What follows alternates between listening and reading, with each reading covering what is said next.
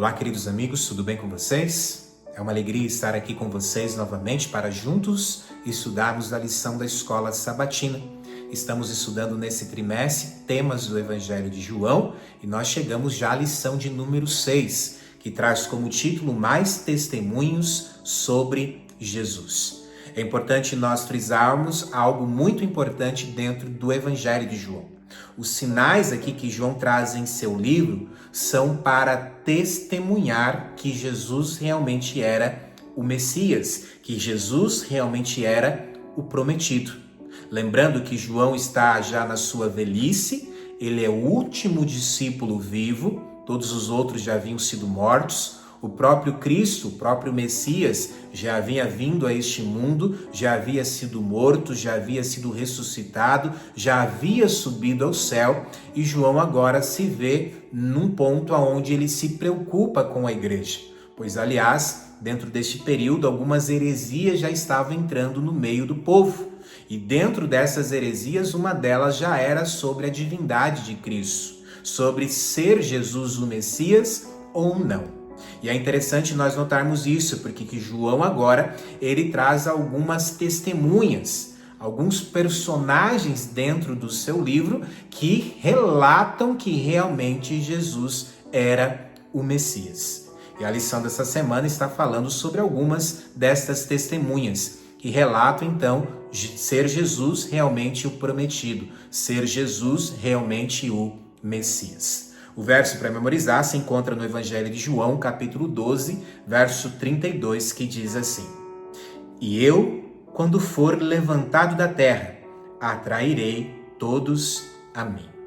É interessante notarmos que João quer que o povo entenda que sem Cristo nós não iremos a lugar algum, a não ser para a perdição, para a morte eterna, mas que com Cristo nós teremos a oportunidade e o privilégio de estarmos tendo a vida eterna ao lado dele.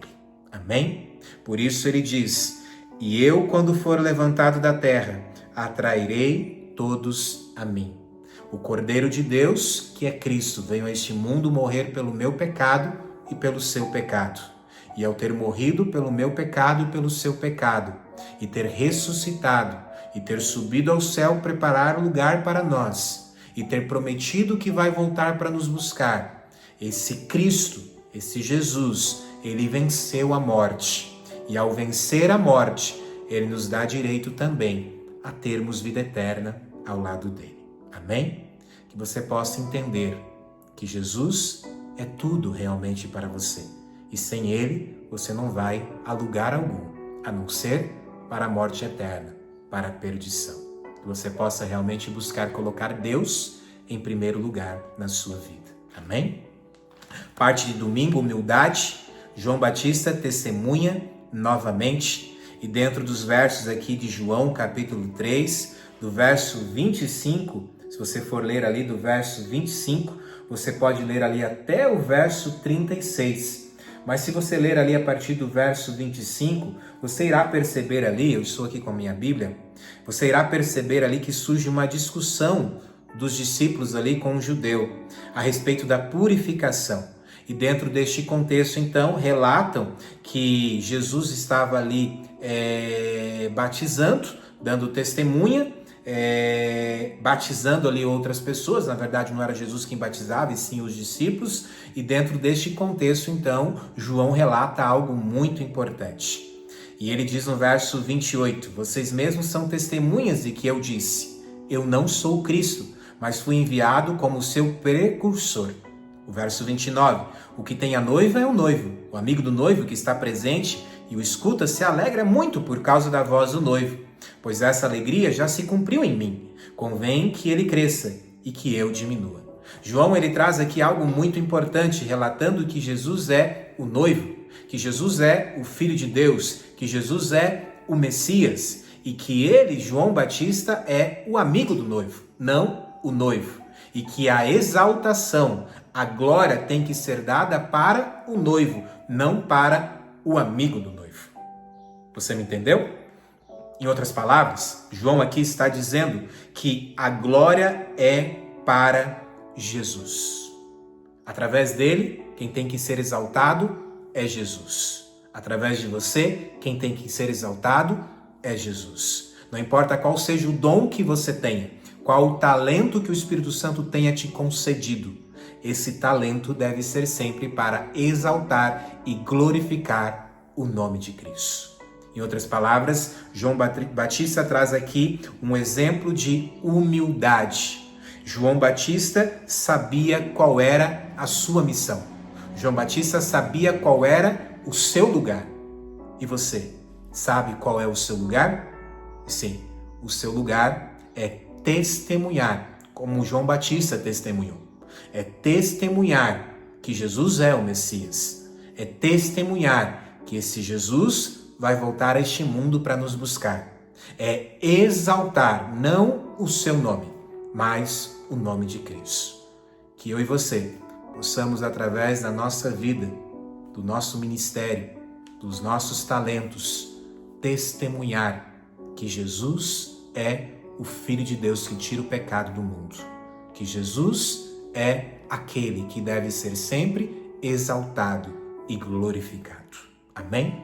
Que Deus possa te abençoar a fazer o que João Batista também fez. Parte de segunda-feira, nova compreensão a respeito do Messias. João Batista aqui no Evangelho de João, capítulo 1, verso 32 ao 36. João Batista dá a certeza que Jesus realmente era o Messias, dizendo que Jesus batizaria realmente com o Espírito Santo. Mas João Batista relata que Jesus era o Filho de Deus, que Jesus era o Cordeiro de Deus, que Jesus era não aquele que viria sentar num trono e libertar Israel da opressão do inimigo, mas sim aquele que viria como um cordeiro para morrer pelo meu e pelo seu pecado. Um Messias diferente a qual eles realmente imaginavam e criam que viria. Um Messias que viria como humilde, como um cordeiro, que serviria de exemplo para cada um de nós, como nós devemos também ser dentro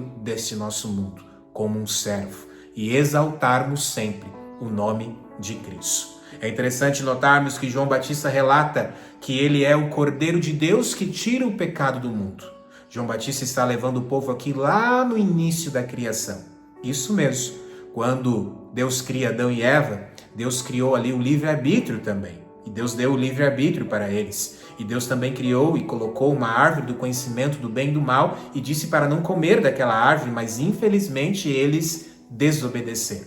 E por consequência disso, entrou o pecado no mundo e por consequência, a morte. Mas antes deles morrerem, Adão e Eva, Cristo traz um cordeiro. E aquele cordeiro simbolizava o Cordeiro de Deus que tira o pecado do mundo. Eles haviam se escondido de Deus porque estavam nus, mesmo tendo se vestido com folhas de figueira, mas eles ainda percebiam que estavam nus. E Deus então traz aquele cordeiro, e aquele cordeiro serve então para vestir Adão e Eva, para cobrir a sua nudez. É interessante frisarmos que aquele cordeiro era o Cordeiro de Deus que tira o pecado do mundo. Aquele cordeiro que foi morto lá no início era um símbolo do verdadeiro Cordeiro, o Filho de Deus, que viria a este mundo nos vestir, pagar o preço pelo meu pecado e pelo seu pecado. Amém? João Batista então dá essa certeza. Ele testemunha que Jesus realmente era esse Cordeiro, o Cordeiro de Deus que tira o pecado do mundo. Amém?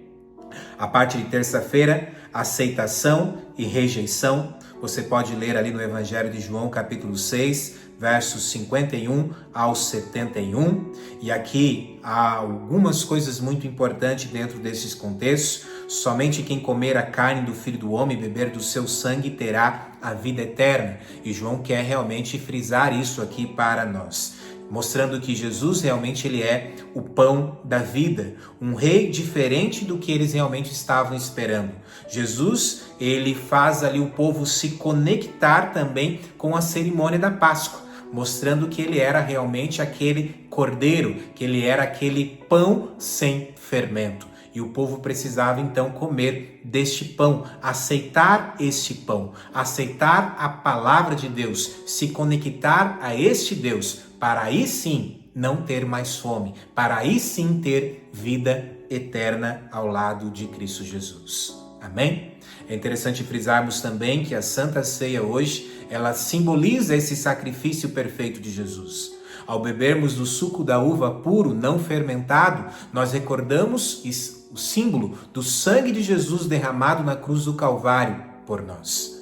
Ao comermos do pão sem fermento, nós recordamos do corpo de Cristo sem pecado, entregue pelo meu pecado e pelo seu pecado. Mas ao comermos também do pão sem fermento, nós queremos também dizer para Deus: Senhor, volte logo para nos buscar. Volte logo, porque queremos sim estar ao seu lado.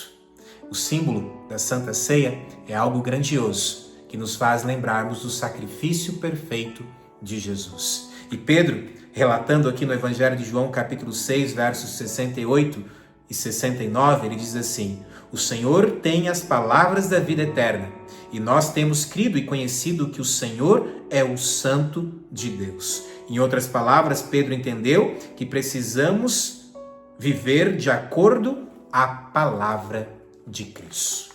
Que você possa realmente aceitar Jesus na sua vida. Mas aceitar Jesus é viver de acordo à palavra dele. É viver de acordo ao que ele diz para nós fazermos ou não fazermos. Que você possa realmente colocar em prática os ensinos de Deus na sua vida. Amém? Parte de quarta-feira, o testemunho do Pai, e aqui há algo muito importante, você pode ler ali o Evangelho de João, capítulo 5, verso 36 ao 38, outros versos também aqui a lição nos traz, Mateus 3, 17, verso 5, Marcos 1, verso 11, Lucas 3, 22, 2 Pedro 1, 17 e 18, aonde ambos estão trazendo aqui o contexto do próprio testemunho de Deus, mostrando essa voz de Deus, mostrando que Cristo era realmente o Filho amado, em quem ele se compraz. O próprio Deus, o Pai, o próprio Espírito Santo, o próprio Cristo, testemunha que realmente Jesus era o Messias. Amém? E que essas testemunhas possam realmente servir de exemplo para você, para que você entenda também a importância de testemunhar a respeito de Jesus. A parte de quinta-feira, o testemunho da multidão.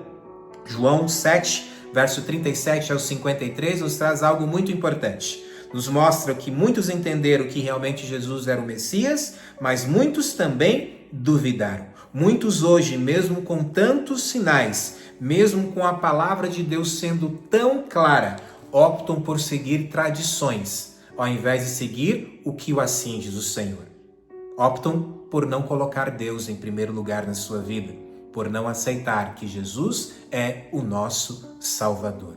Que você possa realmente ser como aqueles que creram e confiaram que Jesus realmente era o Messias. A parte de sexta-feira, o desejado de todas as nações, Ellen Golding White, ela diz: para quem iremos?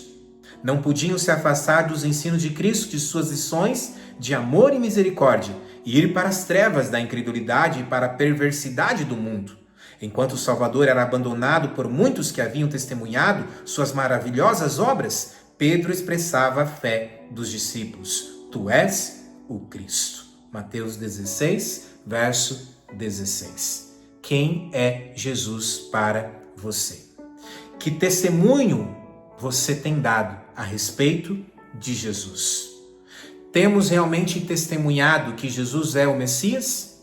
Temos realmente testemunhado que Jesus vai voltar para nos buscar? Temos realmente testemunhado que Ele é o Cordeiro de Deus que tira o pecado do mundo?